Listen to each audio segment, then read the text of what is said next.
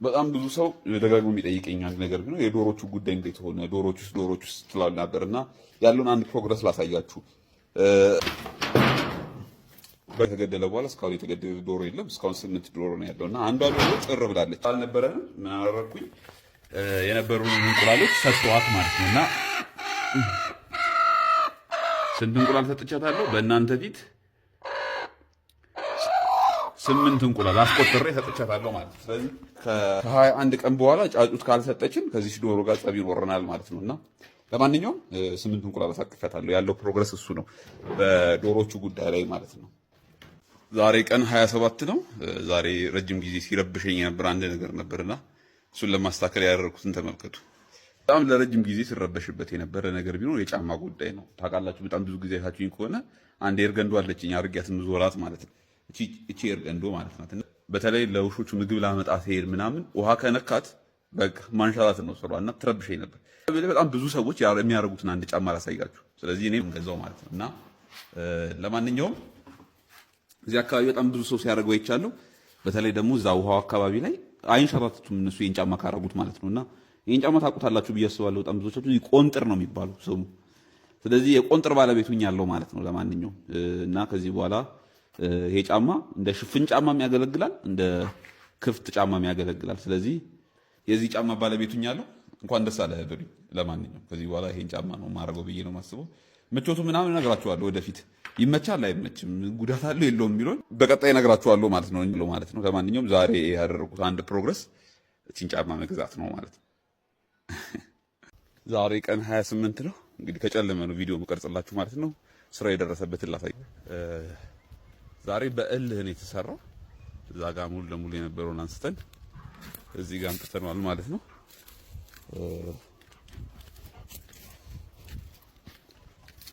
እዚህ ላይ ደርሷል ማለት ነው። እንደምታዩት በቃ አራቱም መቅጣጫ ቆሟል በአንድ ቀን። የተለያዩ ይሄ ቆርቆሮ ማገሮች መውረድ ጀምረዋል። የጓደኛዬ እናት ምን ትላለች መሰላችሁ?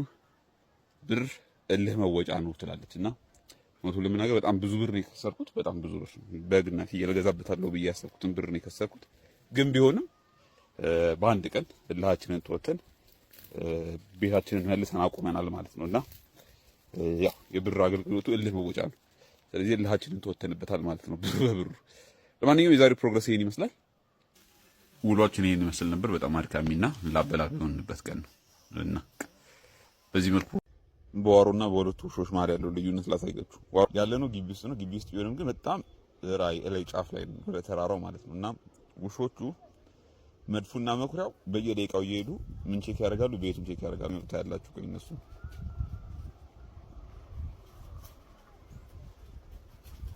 አሁን ቤቱን ቼክ አድርገው መመለሳቸው ነው ሁለቱ ማለት ነው።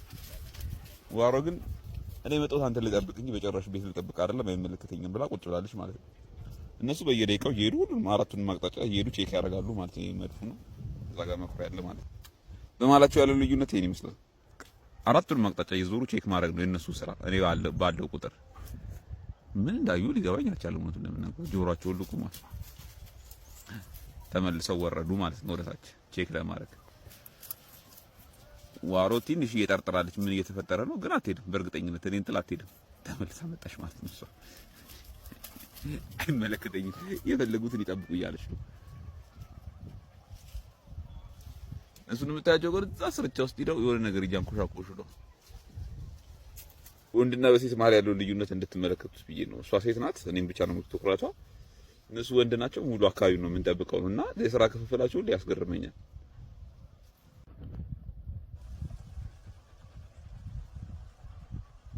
እዛ ጋር ለምን የተሰበሰቡ ይመስላችኋል? ተመልከቱት ያሉበትን ቦታ ስርቻ ውስጥ እኩል ገብተዋል። ሰዓቱ እየመሻሸ ነው፣ ቢሆንም ግን ተሰብስቧልና ምን ፈርቶ ይመስላችኋል? ድንገት የሆነች ወፍ መጣችና መጮ ጀመረች ማለት ነው። ከዛ የዛችን ወፍ ድምጽ ሲሰሙ ሁሉም ተሰበሰቡ። ምን መጣ ብዬ ቼክ አደርጋለሁ። አካባቢው ላይ ያቺ እኔን የምትጠፈጥፈኝ ጭልፊት አለች አይደል? እሷ አልመጣለች ማለት ነውና እኔም ብቻ አይደለም ዶሮቹን ማሳቀቅ ጀምራለች ማለት ነው ጭልፊቷ። ዛሬ ገበያ ሄድኩኝና የሆነ ምን አለ የሚለውን ቼክ ለማድረግ ቀይ ስርና ጥቅል ጎመን አየሁ እና ከበላው ቆይቻለሁ። ስለዚህ ምን አሰብኩኝ፣ ጥቅል ጎመን መክተፉ ምናምን ያደክማል፣ ቀይ ስር ደግሞ ምን ያደርግልኛል ምናምን ብዬ ትዬው መጣሁ ማለት ነው። ከመጣሁ በኋላ ለእናቴ ደውላ ነበርና ስነግራት ከድንሽ ጋር እኮ መስራት ትችላለህ አለች። ትዝ ሲለኝ ለካ ከድንሽ ጋር ስታበላኝ ነበር። ስለዚህ ምን አደረኩኝ? ገዛው ማለት ነው።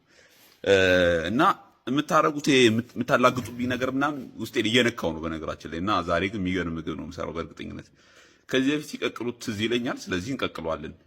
ልጠው ይቀቅሉ ሳይልጡ ይቀቅሉት አላውቅም። ግን ለማንኛውም ምን እናደርጋለን? አንደኛው ልጠንን ከተዋለን፣ ለክፉም ለደጉም ማለት ነው። አንደኛውን ደግሞ ሳንለጥ እንቀቅለዋለን ማለት ነው። ከዛ ልዩነቱ ወደፊት ይገባኛል። በእርግጥ ቀቅለው ብላኛለች እናቴ ስደውላ። ስለዚህ አንደኛውን ሳንለጥ እንቀቅለውና ከዛ ድንች ልጠን ከድንች ጋር አብረን እንሰራዋለን። ለማንኛውም ዛሬ ጸዴ ምሳ ይሰራል ማለት ነው። በጣም በኮሜንት ልቤን የምትሰብሩት አንደኛው ነገር ቢኖር ማብሰል አችልም የሚለው ነገር ነው። ዛሬ ቀይ ስር በድንች ሰርቻለሁ። ደግሞ አላቅጧላችሁ ማለት። ለማንኛውም ቀይ ስር በድንች ግን ችዬበታለሁ። ሾርቦን በሚቀጥለው ቀን ድጋሚ እንሞክራለን። ዛሬ ቀን 29 ቅዳሜ ነው። ሁሌ የሚያስገርሙኝ ሁለት ወፎች አሉ። የሆነ ሰዓት ጠብቆ ይመጡና ምንም አያደርጉም። ቤት ውስጥ ምንም አይነት ምግብ አይበሉም፣ ምንም ነገር አያደርጉም። ግን መጥተው እኔን አይተውኝ የተወሰነ ደቂቃ ምናምን ይሄዳሉ። አንተ መልከታታችኛዋ ወፍ ማለት ነው። ሁለት ወፍ ነው የገባው፣ ተመሳሳይ ወፎች ናቸው። እና እንደዚህ አይነት ወፍ አዲስ አበባ ላይ ይቻላል። አቀማመጡ ለመናገር ይለያሉ። እነዚህ ወፎች ሆነ ከላይ ጥቁር ከዛ ነጭ ነጭ ያለባቸው ምናምን ናቸው። ይለያሉ። ካሜራ ጥራት ስለሌለው ነው እንጂ በደንብ አሳያችሁ ነበር። አንደኛው መታ በር ላይ ያረፈች፣ በበር በኩል ገባች። አንደኛው በመስኮት ገባች። ከዛ በመስኮት የገባችው ታያታላችሁ ምን እንደምታደርግ። ትመጣና እንጨቱን ጥግ ጥግ መታ። ከዛ ረጅም ሰዓት ነው የቀረስኳት ነገራችን ለእናንተ ላሳጠር ብዬ ነው። ረጅም ሰዓት ያዩኛል ማለት ነው። በቃ በተኛው በተለይ ምሳ ሰዓት ላይ ምናምን ያዩኛል። አይ ቲንክ የቦብ ማርሊን ዘፈን ክሊፕ መስራት መጀመር ሳይኖርብኝ አይቀርም። በዚህ አንድ ወር ጊዜ ውስጥ ካፈሯቸው ጥሩ ወዳጆቼ መሀል እነዚህ ናቸው። ያው ጭልፊዎች እርሷቸው። እነዚህ ግን በጣም ጥሩ ወዳጆቼ ናቸው። ነገ ከነገ ወዲያ ደግሞ እስቲ ምግብ ለመስጠት እንሞክራለን። ከለመዱና መብላት ምናምን ከጀምሩ፣ በተለይ ከእጅ ላይ መብላት ከጀምሩ በቃ በጣም አንደኛ ነገር ነው የሚሆነው። ሌሎችም እንስሳቶች ይመጣሉ ብዬ አስባለሁ፣ ቤቴ ክፍት ስለሆነ።